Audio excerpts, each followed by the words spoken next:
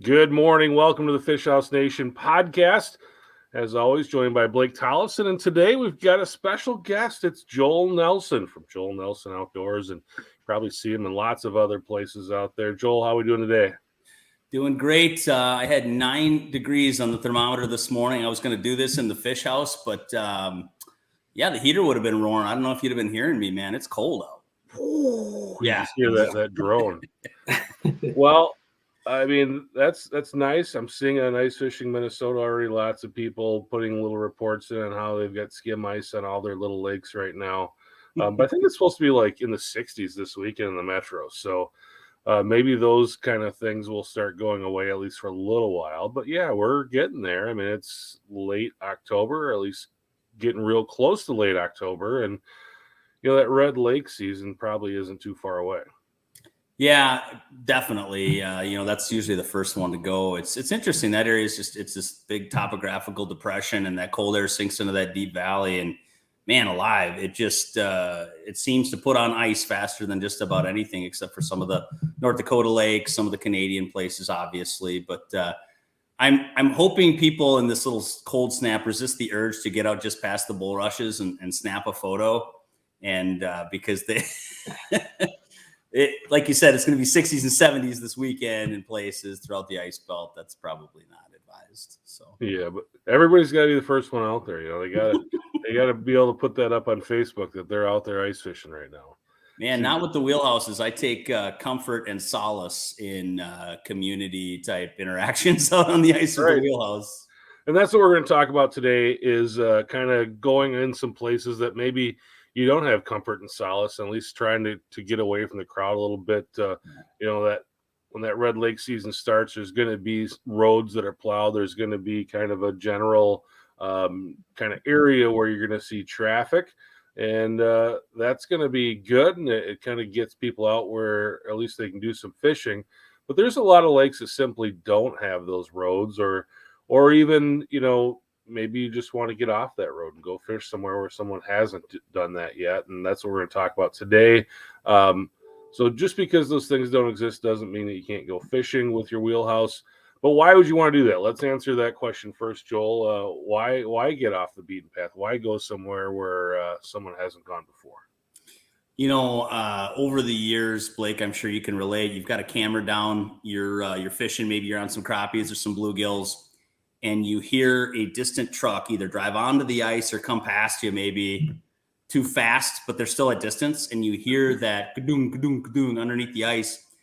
And you watch fish literally turn inside out and scram. And that noise, that whether it's generator noise, trucks coming and going into a wheelhouse community, it adds a certain element of pressure and uncomfortability to those fish. I've seen it way too many times to think that it's just coincidence anymore.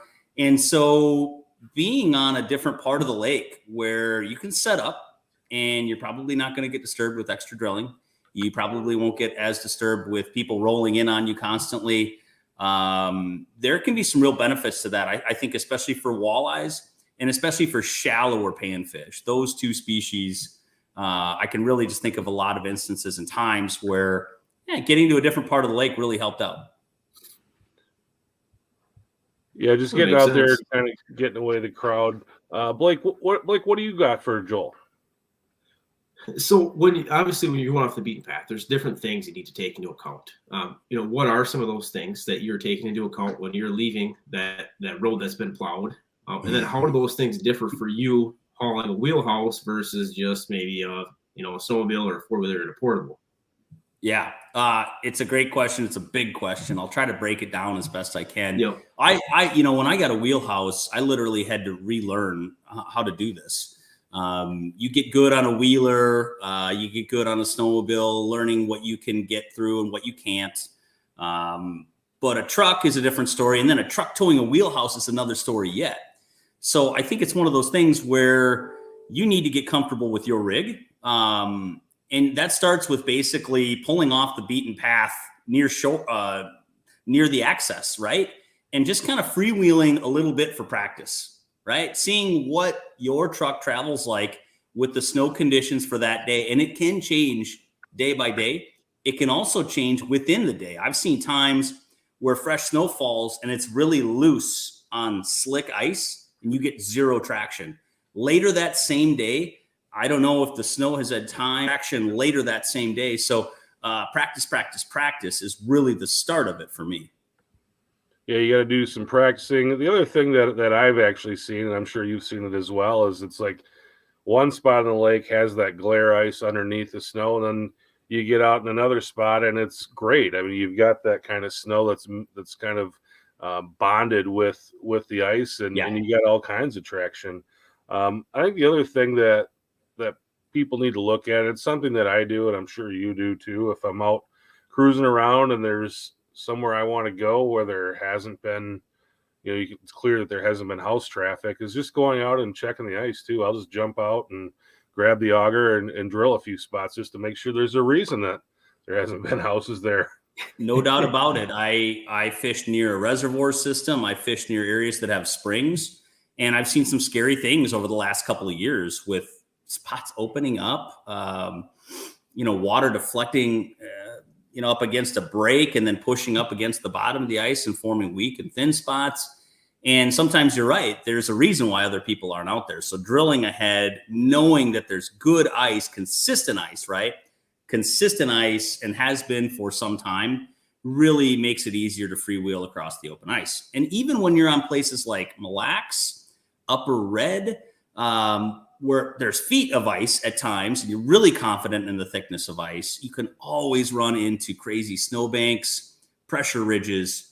As a general rule, when I'm freewheeling, if my wheels are spinning, like if I'm really struggling to get to A to B, I need to get out of that spot. I mean, I need to double back slowly, a big slow turn around, or hopefully I can read through the windshield what I'm seeing out in front of me, and think that there's better stuff to slow down on later. I get scared and spooked when I'm really churning hard and I'm barely getting through, because when you stop with a Wheelhouse in those conditions, you're just kind of hung up. A lot of times you're high centered. A lot of times your wheels don't have any traction. Unless you're with a towing partner, you're in for a long day. Yeah, I can see how that could ruin your day. So speaking of that, I mean, obviously there's got to be some different tools and stuff that you bring with you whenever you're out there. Absolutely. What do you carry with you? First and foremost, you're thinking good scoop shovel, and usually multiple scoop shovels. If you're with a crew, better to have 2 or 3 people digging than just one. Toe strap, not the kind with the metal clasp on the end, but a really good, stretch straps are really nice because you kind of pull, it stretches out, and then you stop, and then it pops the other guy out forward. Those are really sweet. I usually have a jack. Got to have a bar with you. Sometimes I've been guilty about forgetting some of these things, and then you pay for it later. So having kind of this kit with all those things really does make a difference. I know some people carry grit with them out on the ice, kitty litter. Chris, we were talking beforehand, and you definitely mentioned, that's something to have some traction on the ice. I have chains with that I bring. I mean, they're $100 feature, maybe $120. And I don't want to be freewheeling across the open ice with chains, because if they get loose, they can tear up the truck or whatever. But having them to get out of tight spots, man, if you're going off trail, it's always good to use that buddy system. But if you're just freewheeling, you better have some kit with you to help get you out. Yeah, I've got that kitty litter with me. I mean, it's dual purpose. I mean, it helps out with a lot of other things as well. Sometimes you got to break out the bucket, and having that just is a nice thing to have in there. You're saying you bring your cats out on the ice, is what you're saying? No, but I mean, sometimes people do the same thing that cats do. I got you. Kitty litter, and I understand now. It just helps. You don't want to just go right into that bucket. No, you know what I mean? Well, I don't know about you. I'm a little bit like Ricky Bobby. I want to go fast. Yeah. Let's talk about speed and trying to use speed to not end up in those pickles and those predicaments. I use speed. Now I've learned the hard way, right? I've been in trouble out there. I thank you to it's got to be in the dozens now of people that have given me a free yank out of a jam, come help push, come help shovel. But I've learned the hard way that I'm only going to use speed when I can see beyond the snowdrift or the high spot that I'm trying to blow through. And usually if I'm trying to blow through something, it's got to be a ridge, not a big consistent piece of deep snow. You'll always see small areas where little ridges will blow up. And those things, if you take them head on, and most of the rest of the area is soft, you're okay. The problem with speed is that if you try to take on too big a drift, you hang up, or worse, that drift has hard packed ice underneath it. So a pair of sunglasses are, man, it's almost invaluable. You need to have the right light conditions to be able to read what's ahead of you. And just understand that you're taking a risk anytime you hit a drift, because it could have big ice chunks.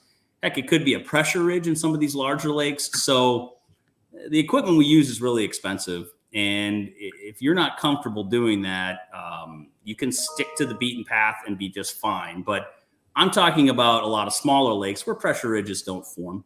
And I see a small snowdrift. That's when I'll use speed to attack it. Very good. So, we've talked about vehicles quite a bit throughout this. How do you take into account things like four-wheel drive? Like when do you use high? When do you use low?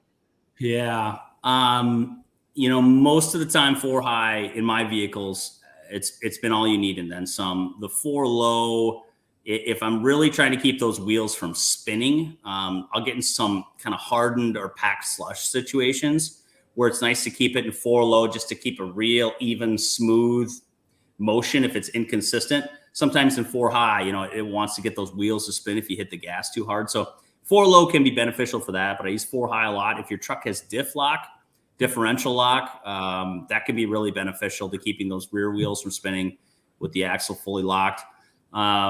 Most of those settings are nice. Sometimes in modern vehicles, you're going to have the non-slip or the anti-slip. I don't even know, traction control, it's called in a lot of cars or trucks.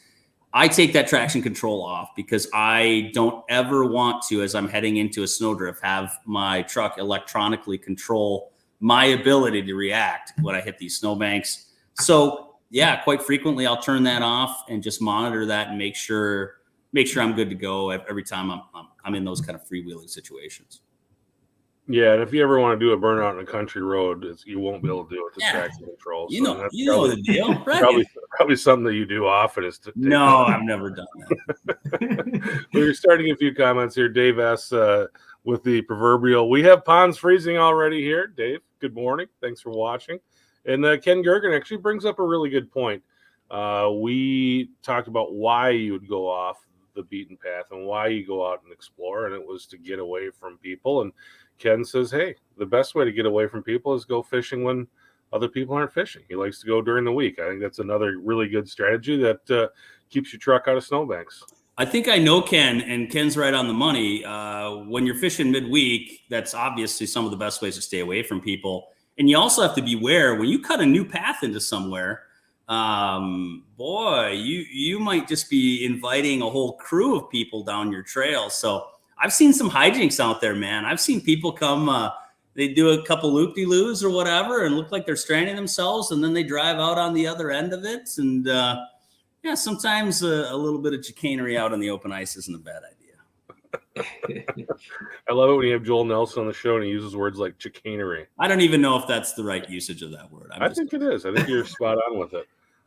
Things get really bad out there. It's really nice, to have somebody out there. You talked about going with a buddy, but there's just days where it's just hard to get out. So I think there's probably days where you kind of have to throw in the towel and just, call that resort or try to get somebody out there to help you out and plow a spot. And I know there's a ton of people that, especially up north, that have their own plow in the truck. Absolutely. Yeah. If you have a plow on the truck, you're really living large. And, quite often, if you're going up to the big places like Mille Lacs, I know I call Tony Roach all the time and say, hey, Tony, what are ice conditions like? Can you plow me a spot out there? You kick these guys some bucks and you get a little bit more than just a spot plowed out for you. You usually get a little bit of knowledge, a little bit of understanding what the ice conditions are like, maybe some basic tips about the bite, but you're always going to get that key information that keeps you maybe from being stranded out there, having the right kit with you to prepare. It's just one of those things where going into it eyes wide open is really the name of the game. And I have many times on the shores of Lake X gone and bought name your product to make sure that for that day, I needed a little extra this. I needed extra gas, maybe. I needed that breaker bar that I forgot in case it was slushy and I was worried my wheelhouse might freeze in. All those things are really nice to have. And if you don't have them, it's better to buy them on shore and hit the open ice with them than hopefully unhooking your Yeti or whatever and driving back to come back to it. So I've done that before too. That's happened. I don't believe that. Yeah. Well, Blake, you have anything else for Joel before we let him go for the day? I don't think so. Joel, I always ask you this question. Is there anything we didn't ask you that you wanted to talk about? Oh, that's a good question. When it comes to freewheeling on the open ice, I'll just say it's nice to have some friends out there, but it's also good to be a friend. So if you see somebody else struggling, maybe you haven't set up to fish yet, it's not going to hurt you to go over and give them a hand. At least ask. Man, have I been lucky in having people. I've been on Upper Red at the back end of a back end road. And last guy is leaving town, and he just stops in real quick and says, "Hey, you need any help here? You good to go?" And sometimes I've been the guy that's needed that help. So if you can go and do that for somebody else, I just think maybe that's what they're trying to get at with grumpy old men. I don't know. That sense of camaraderie out on the ice, it's a really neat thing. And go out and help out your fellow angler if you can. Really good stuff from Joel Nelson. You can find out more about Joel at joelnelsonoutdoors.com. He also has a Facebook page. It's Joel Nelson. So there's a Joel Nelson, like a personal guy page, and then there's a Joel Nelson kind of like featured artist, and that's where you want to go to get all the good stuff. I can't keep up. Facebook wants me to have a personal page, so this year I relented, but everything's on my business page, Joel Nelson Outdoors, and then on Instagram at Joel Nelson Outdoors as well. Very good. Thanks to everybody for listening, for watching. We will see you next time. Thanks, guys.